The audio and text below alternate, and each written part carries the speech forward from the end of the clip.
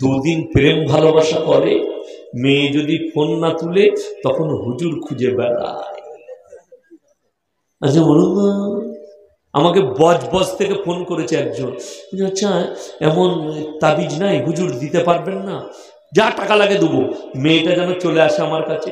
আমি বলি ভাই তাবিজে যদি মেয়ে আসবে তা তোর কাছে আসবে কেন? সে তো আমার কাছে আসবে। কি বলছেন, বোকা লোক আছে পৃথিবীতে যে আমি তাবিজ দিয়ে লোকের কাছে পাঠাবো? তা আমি একটা জলসায় বলেছি, তাবিজে যদি মেয়ে পাওয়া যেত, কোন মলবি জানি না, আমি আগে নায়িকাকে বিয়ে করতাম, মা তাবিজা টেনেলে। কি বলছেন, একটা নায়িকাকে টানতাম তাবিজে। 99% লোক তাবিজ পানি পড়া তেল পড়ার নাম করে সমাজকে ধোকার প্রতারণা করছে। এই প্রতারণার চক্করে পড়বেন না। আপনি এই মোবাইলে অ্যাড পাবেন, ফেসবুকে দেখবেন, কলকাতার অমুক বাবা, আমি নাম কিন্তু কেউ করি না, কোন শালা আমাকে গাল দিতে পারবে না, আমি নাম কারু করি না, কিন্তু তুমি যদি ভণ্ড হও তোমার গায়ে লাগবে, আমার কিছু করার নাই। ভণ্ডামি ছাড়ো, ভালো হয়ে যাও। কলকাতায় অমুক বাবা অমুক জায়গার একটা ফোনেতেই প্রেমের ব্যর্থতা থেকে সফলতা পাবে। আমার তাবিজে বেটা ছেলে হয়, খোঁজ নিয়ে দেখুন, হারাম করে একটাও বেটা নাই, খোঁজ নিয়ে দেখুন। তার নিজের ছেলে হচ্ছে না, সে আবার লোকের তাবিজ দিয়ে ছেলে করে। যদি তাবিজে ছেলে হতো, আমাদের মৌলবীদের 50টা করে বেটা হতো, তাবিজে ছেলে তো বুঝতে পারেন নাই, পঞ্চায়েতটা আমাদের হাতে হতো, লোকরা পেত না। যদি 50টা বেটা হয়, পঞ্চায়েত কার দখলে যাবে? আমাদের দখলে। লাঠির জোর বেশি, 50টা বেটা ফাটিয়ে দেবো যে লাগবি, কেউ আর কোনো দিকে যেত না। ধোঁকা, প্রতারণা, প্রবঞ্চনা করবেন না।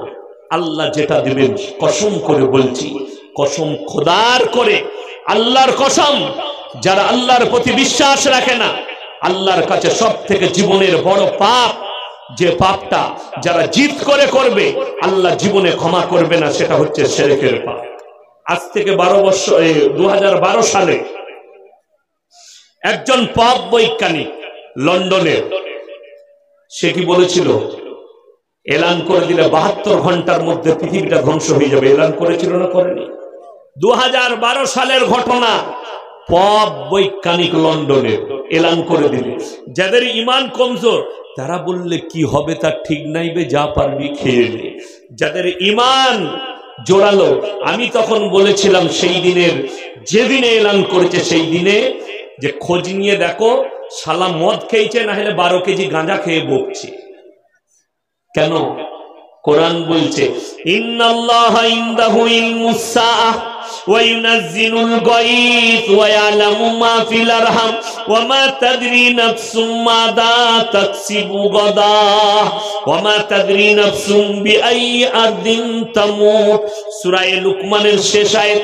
যাদের বাড়িতে মানে কোরআন আছে, রাত্রে গিয়ে খুলবেন, ইন্নাল্লাহা ইনদাহু ইলমুস সাআহ, কিয়ামত কবে হবে আমি আল্লাহ ছাড়া পৃথিবীর কেউ জানে না। ওয়া ইয়ালামু মা ফিল আরহাম, মায়ের গর্ভে বেটা আছে না বিটি, বিকলাঙ্গ না কালো, খুড়া আছে না ভালো আছে, আমি আল্লাহ ছাড়া পৃথিবীর কেউ জানে না। কোথায় কার মৃত্যু হবে, কার কোথায় রুজি মেপেছি, কোথায় কত মিলিমিটারে বৃষ্টি বর্ষণ হবে, আমি আল্লাহ ছাড়া পৃথিবীর কেউ জানে না। আর হারামখোর বলছে তাবিজে ছেলে দেবো, ঝাঁটা জুতো মারার লোক না। আল্লাহ মাফ করুন। চলুন, আল্লাহ তখন মিশরের মাটিতে অনাবৃষ্টি দিলেন, গোটা মিশরের মাটি ফেটে গেছে, বৃষ্টি নাই, চাষাবাদ বন্ধ, নীল নদীটা শুকিয়ে গেছে।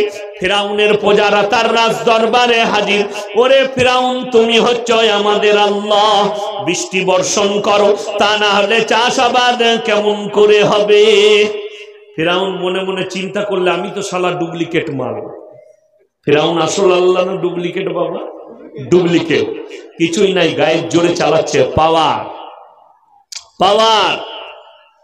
আজকে ভারতে মুসলমানের কাছে যদি একটা লাইটার ধরা পড়ে, লাইটার যদি ধরা পড়ে, কি বলবে? আতঙ্কবাদী। শালা পার্লামেন্ট ধরাবার লেগে লাইটারটা কিনেছে, বলবে না? বলবে না? বড় কষ্ট লাগে। কেন? পাওয়ারে আছেন মোদিজি।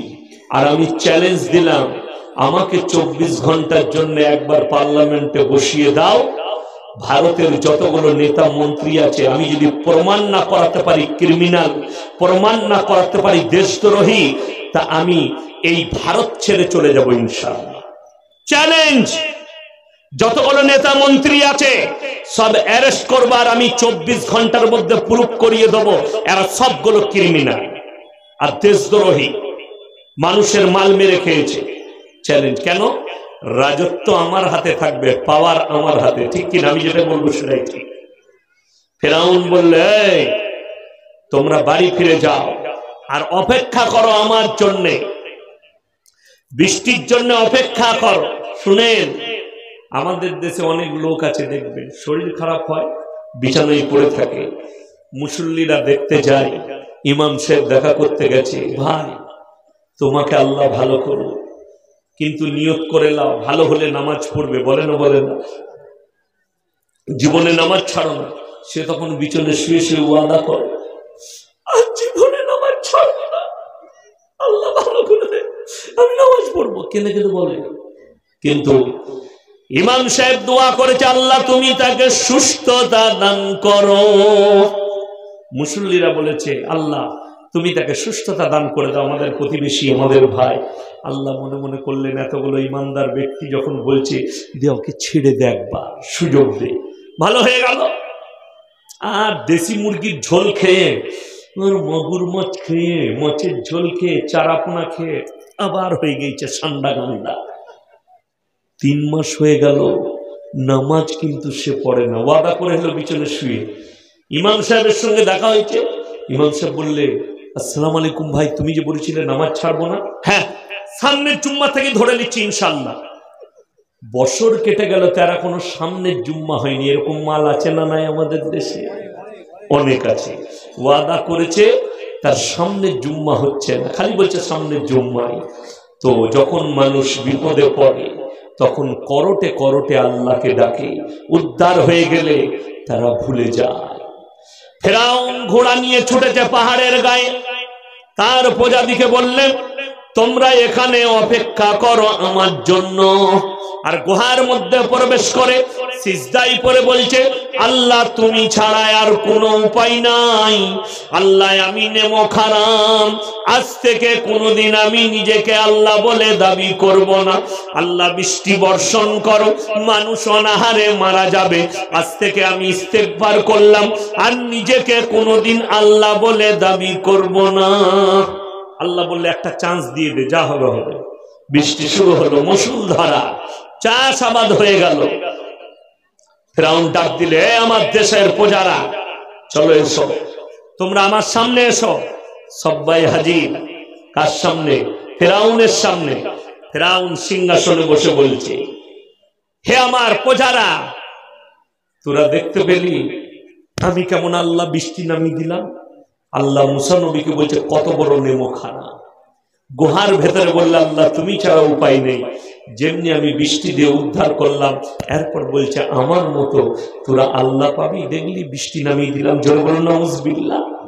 আমাদের দেশের ফুটানিবাজ পৃথিবীর কেউ কেউ আছে যারা পরমাণু থেকে, আমেরিকার কাছে 4700 পরমাণু বোমা আছে, রাশিয়ার কাছে 5500 পরমাণু বোমা আছে, 1500 অ্যালার্টে লাগিয়ে দিয়েছে। পৃথিবীতে যতগুলো পরমাণু বোমা আছে তার 90 ভাগ আমেরিকার রাশিয়ার কাছে আছে। সবাই নিজের হাতিয়ার তৈরি করছে, পরমাণু অস্ত্র ভান্ডার বাড়াচ্ছে, শক্তি বাড়াচ্ছে, পাওয়ার বাড়াচ্ছে। আল্লাহর কসম, যারা মুমিন হবে তারা দেখেছে আল্লাহ থেকে পাওয়ার বেশি পৃথিবীর কারণ নাই। আমার আল্লাহ রাব্বুল আলামিন নবীজিকে বললেন হে আমার নবী, ওই বেঈমান কাফের দিকে বলে দাও যারা পাওয়ার দেখাচ্ছে, তুমি কি দেখনি আবরাহা বাদশা হস্তি বাহিনী নিয়ে আলম তারা কাইফা ফাআলা রাব্বুকা বিআসহাবিল ফিল আলাম ইয়াজআল কাইদাহুম ফি তাদলিল ওয়া আরসালা আলাইহিম তায়রান আবাবিল। হে আমার নবী, আবরাহা বাদশা হস্তি বাহিনী নিয়ে প্রবেশ করেছে, কাবা ঘরকে গুঁড়িয়ে দেবে। আমি আল্লাহ রাব্বুল আলামিন তার উপরে ফেরেশতা পাঠাইনি, মিসাইল পাঠাইনি, তার উপরে পাথর নিক্ষেপ করিনি। আমি খালি আমার পাখি সৃষ্টি আবাবিলকে বলেছি, তোমরা মুখে করে কাঁকড় তুলে আসমান থেকে নিক্ষেপ করো। ছোট ছোট পাথর নিক্ষেপ করেছে। আল্লাহর কসম, কাবা ঘরে পৌঁছানোর আগে আমি আল্লাহ হস্তি বাহিনীকে, তাদের সৈন্য সামন্তকে ধূলিসাৎ করে দিয়েছি। জোরে বলুন সুবহানাল্লাহ। আল্লাহর কাছে চুটির মতো, পিঁপড়ের মতো কুন ফায়াকুন শুনেলেন। যারা অহংকার করেন, টাকার অহংকার, বলের অহংকার, জ্ঞানের অহংকার, তাদের জন্য আমার আল্লাহ প্রশ্ন ছুড়েছেন, কেউ জমিনের উপরে অহংকার করবো না। জোরে বলুন ইনশাআল্লাহ। আমার আল্লাহর প্রশ্ন, অহংকারীরা শোনো। আমাদের দেশের কিছু লোক আছে, যদি পয়সা হয়ে যায় তার আবার চলন আলাদা হয়ে যায়, হয় না? একটু টাকা হয়েছে, রাস্তায় চলে, দেখে কে একটু টাকা হয়েছে, চায়ের দোকানে চাটা দে, সিগারেট দিবি তার সঙ্গে দুটো, তাহলে স্টাইলই আলাদা। অহংকার। তাদেরকে বলছি, কোরআনে আল্লাহ বললেন, শুনে নাও, আনতুম আশাদ্দু খালকান মিস সামাউ বানাহা, তোমাদিকে সৃষ্টি করা সহ কঠিন না আসমান সৃষ্টি করা কঠিন?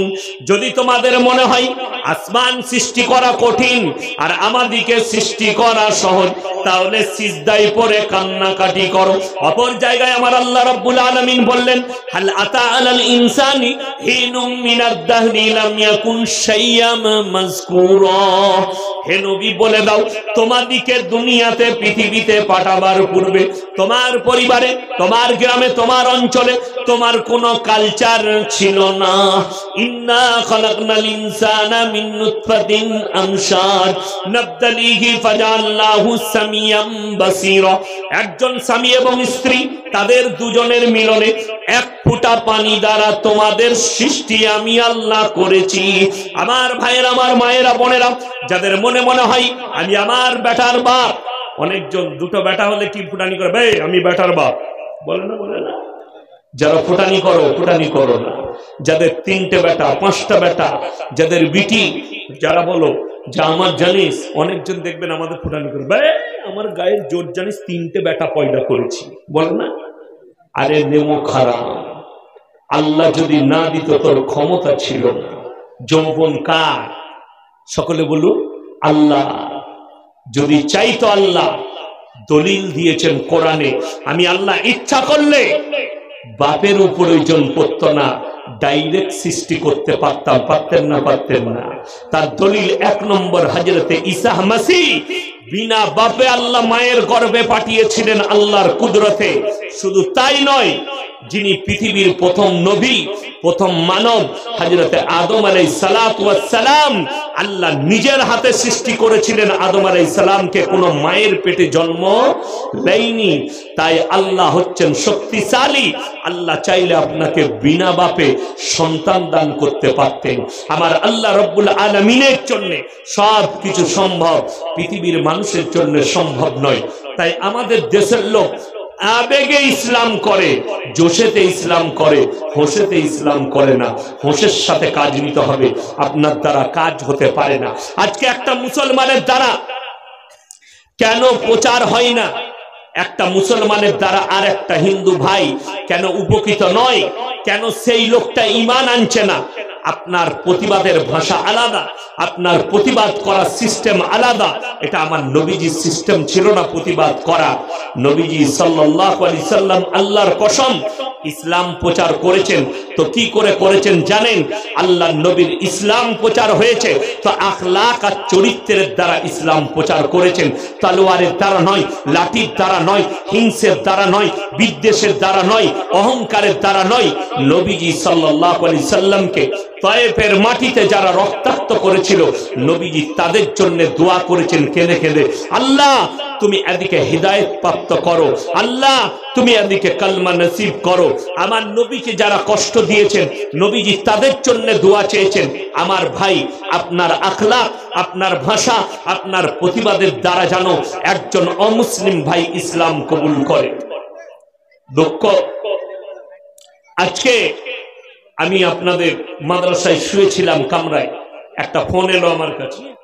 ফোনটা এসছে বাঁকুড়া ডিস্ট্রিক্ট, আমার পার্শ্ববর্তী জেলা।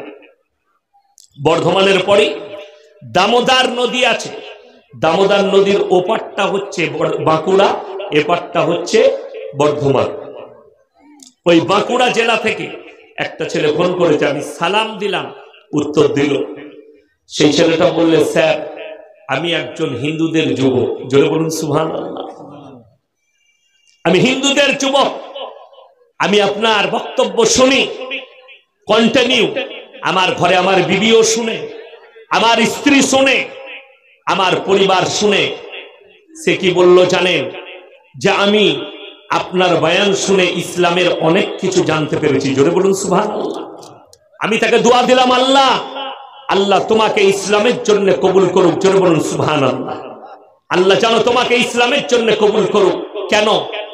আমার ভাষার দ্বারা নিশ্চয় সে আঘাত পাইনি, আমি তাকে বুঝাতে পেরেছি। ওই জন্যে আমার নবীজি সাল্লাল্লাহু আলাইহি সাল্লামের হাদিস, তোমরা কারুর দেব দেবীকে গালি দিও না, কারুর ধর্মকে খারাপ বলো না, নিজেরটাকে ছেড়ে দিও না। আজকে কষ্ট এক জায়গায় আমাদের এই ভারতবর্ষে। শুনেন, যারা নেতা মন্ত্রী আছেন, যারা গ্রামের নেতা আছেন, তারা ভালো করে শুনবেন। আমি কোনো রাজনৈতিক বক্তা নই, আমার রাজনীতি নিয়ে কথা বলার কোনো উপভোগ নেই, আর আমার ভাইরাল হওয়ারও কোনো কিচ্ছু নেই। আমার খালি কষ্ট যে আমাদের দেশের মুসলমান, এরা রাজনীতি করলে আর সালাম দেয় না, এরা রাজনীতি করলে আর নামাজ পড়ে না, এরা রাজনীতি করলে আর মসজিদে প্রবেশ করে না, এরা রাজনীতি করলে আর মৌলবীদিকে দেখলে সালাম দেয় না। এটাই হচ্ছে কষ্ট। কিন্তু দেখে দেন, আমাদের ভারতের প্রধানমন্ত্রী শ্রী নরেন্দ্র ভাই দামোদর দাস মোদী, তিনি কখনো দেখাতে পারবেন যে প্রধানমন্ত্রী হওয়ার কারণে তিনি পুজো পাঠ করা ছেড়ে দিয়েছে? দেখাতে পারবেন? আপনি বলতে পারবেন আমাদের রাজ্যের মুখ্যমন্ত্রী সম্মান করি শ্রীমতী মমতা ব্যানার্জি জি, তিনি কালীঘাটে কালী পুজো দিতে যায়, কালী মন্দিরে, বড় কষ্ট লাগে। কিন্তু মুসলমান নেতা, এরা বলে আমরা নেতা হওয়ার কারণে আর দাড়ি রাখা যাবে না, আর সালাম করা যাবে না, আর মসজিদে প্রবেশ করা যাবে না। তো শোনো, তোমার মতো নেতা ইসলামের জন্য কলঙ্ক, তোমার মতো নেতা এই সমাজের জন্য কলঙ্ক, যে নিজের ধর্মকে ভুলে যায় রাজনীতির কারণে। আমাদের দেশের বাকি শিডিউল কাস্ট যারা, আমাদের যিনি রাষ্ট্রপতি হয়েছেন, স্যালুট করব তিনাকে। কি মুর্মু যেন নাম? দ্রৌপদী মুর্মু। আপনারা বলতে পারবেন দ্রৌপদী মুর্মুজি আমাদের দেশের রাষ্ট্রপতি, আমি তিনাকে বাধাই দিচ্ছি, তিনাকে সম্মান করছি। কিন্তু তিনি রাষ্ট্রপতি হওয়ার কারণে ছেড়ে দিতে পারবেন নিজের ধর্মকে? কখনো নয়, ছাড়তে পারবেন না। বড় কষ্ট লাগে, কিন্তু মুসলমান ছেড়ে দেয়। জানি না কাকে খুশি করতে চায়, জানি না কাকে ভালোবাসতে চায়, জানি না কার মহব্বত দেখাতে চাই। ওই জন্য তো আমাদের দেশের কিছু হারামখোর মুসলমান আছে, নিজেদেরকে মুসলমান বলে পরিচয় দেয়, আর তারা হিন্দু ভাইয়ের ইনভাইটে গিয়ে, সেখানে গিয়ে জানেন কত মুসলমান আছে, তাদেরকে যখন জিজ্ঞেস করা হয়, এখানে কাটা মাংস আছে আর সবজিও আছে, আপনি কোনটা খাবেন? অনেক মুসলমান মনে করে আমাকে হিন্দুরা ভালো বলবে, দিয়ে বলে দেয় আমার ওইসব বাজবিজ নাই, কাটা ফাটা যা দিবেন সব চলবে। বড় কষ্ট কোথায় জানেন? আমি একবার বীরভূম ডিস্ট্রিক্টে কবিগুরু রবীন্দ্রনাথ ঠাকুরের বাড়ি, নাম শুনেননি? কোন জায়গার নাম? বোলপুর। শামসিতে ট্রেনে চাপবেন, বর্ধমানের ওপর দিয়ে যদি ট্রেনটা যায়, বোলপুরের ওপর দিয়ে যায়। ওখানে বিশ্বভারতী আছে, কেন্দ্রীয় সরকারের একটা বিদ্যালয়, বিশ্বভারতী। কবিগুরু রবীন্দ্রনাথ ঠাকুরের সেই ডালিম গাছের তলা থেকে উৎপত্তি সেই স্কুল কলেজে। আমি একটা বিয়ে বাড়িতে ইনভাইটে গেছি, সেখানে আমি তো টেবিল চেয়ারে খাই না। আজকেও আমি বললাম, বাবা আমার জন্য নিচেই বিছো। টেবিল চেয়ার ইহুদি নাসারাদের কালচার। আমার বাড়িতে যাবেন, ডাইনিং টেবিল পাবেন না, আমি রাখিনি ডাইনিং টেবিল। আমার বাড়িতে টিভি পাবেন না, টিভি রাখিনি। কিসের জন্য? আমি বাড়ি থেকে বেরিয়ে আসবো, আমার বাচ্চা মেয়ে আছে, সে যদি সিরিয়াল লাগিয়ে দেয়, ছোট ছেলে, সে গুনাহগার হয়ে যাবে, গুনার মালিক আমি হব। আমার বাড়িতে টেবিল চেয়ার রাখিনি, আমি ইহুদি নাসারাদের কালচার। আমি বললাম ওই জন্য, বাবু আমি সাধারণ মানুষ, আমাকে নিচেই খাবার দাও, আমি নিচে বসে খাবো। তো আমি তাদের বাড়িতে বললাম, আমি প্যান্ডেলে খেতে পারবো না, বিয়েতে দাওয়াত দিয়েছো, আমাকে বাড়িতে কোথাও নিচে জায়গায় বসিয়ে খেতে দাও। তো দাস্তারখান দিয়েছে, আমার সঙ্গে দুজন প্রফেসর বসলো, দুজনই কিন্তু বিশ্বভারতী। একজন